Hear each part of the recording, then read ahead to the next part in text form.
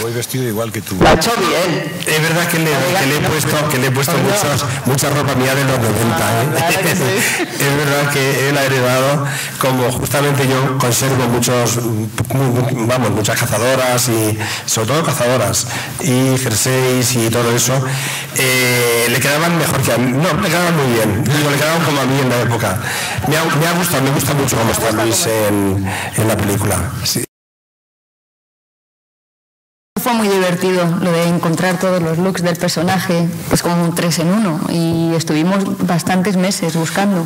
Sí, estuvimos tiempo buscándolo, sí. Sí, no, era importante para este personaje. Hay un exceso de imágenes de Penélope en la calle, en la prensa, en todo lo demás. Está en un momento culminante de su carrera en todos los aspectos, y entonces no era que yo quería encontrar un look distinto del que vemos en ella en otras películas y también en la publicidad que hace, pero para este personaje yo sí quería una Penélope absolutamente inédita, incluso unas 3 facetas en la película fueran muy diferenciadas y que no las hubiéramos utilizado antes. Entonces nos llevó tiempo, pero ese fue un trabajo divertido. Muy divertido, sí. Ahora ellos que hablen a mi hermano, pobrecito, no le habéis preguntado nada a mi hermano.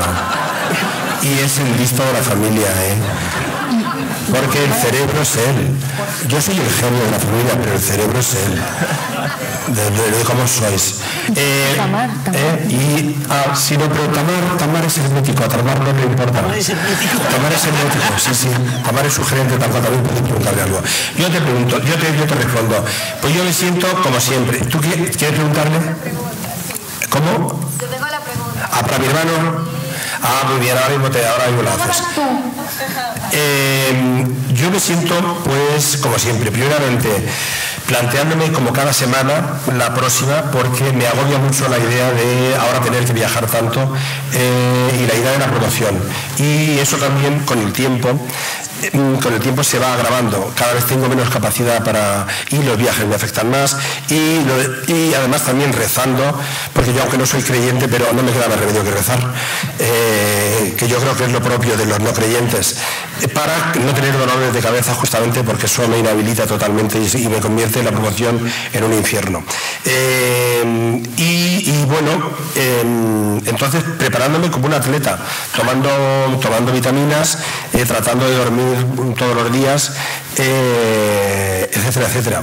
Y después con ilusión, y por otro lado, pues como os he dicho antes, con la misma incertidumbre que con las otras películas. El hecho de que esta sea la número 17 no me da mayor seguridad. Vamos a ver qué es lo que ocurre. Y ahora... Lo peor que le puede ocurrir a una película es que haya un desencuentro entre el productor y el director, y que ahí incluso el productor tome la iniciativa al margen del director. Ha pasado en alguna ocasión, y de hecho es una gran desgracia, ¿no? Porque significa que lo que va a salir no va a ser nada bueno.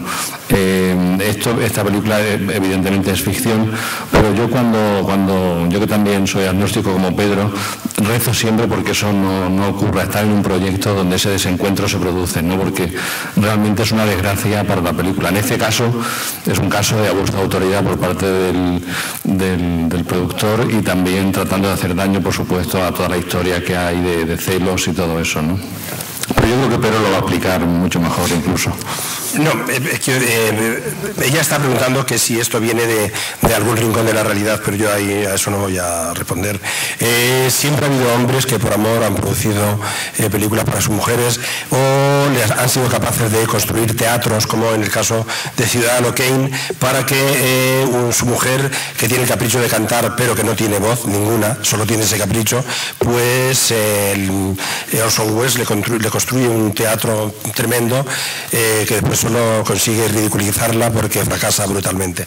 Entonces, quiero decir, es un clásico el hecho de un hombre poderoso que le permite el capricho a su mujer actriz, le permite el capricho de producirle una película. Eso se ha dado en la realidad y se ha dado también en la ficción. Y con respecto a mi biografía, ha habido un momento en que en una de las películas que hice contratado, en la que el productor llegó en un momento en que yo daba por terminado el montaje, con una lista de no sé cuántas eran, como 18 puntos en que yo tenía que retocar el montaje, en 18 puntos. Y me negué absolutamente. Él me dijo que, bueno, que la película era suya y que podía quemar el negativo si quería. Y yo le dije que, bueno, que lo intentara, que la ley estaba de mi parte, y que, bueno, yo le amenacé realmente. Fui tan brutal como él lo fue, aunque yo tuviera mucho menos dinero. Y lo que hice fue, nada, resistir durante 2 meses a que esa situación se agotara por sí misma y tuviera que intervenir el distribuidor diciendo, oye, que la película hay que terminarla. Yo no di mi brazo a torcer, no se hizo ninguna de las modificaciones que el productor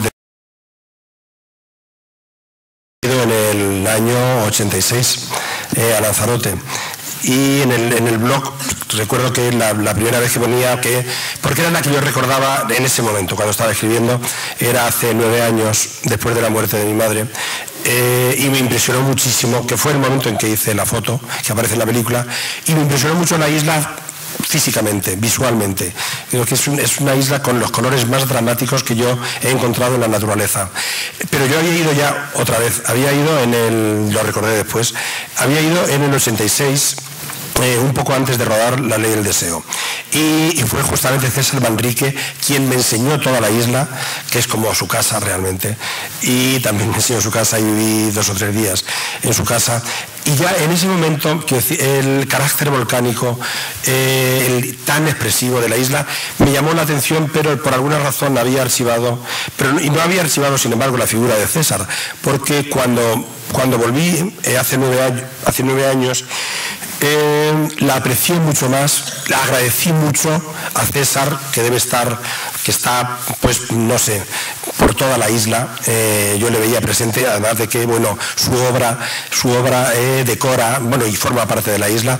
Agradecí mucho a César, al alcalde que tenían en ese momento, que tomaran las decisiones que tomaron de preservarla de la inundación de publicidad y de etcétera, etcétera, de que no que se construyeran.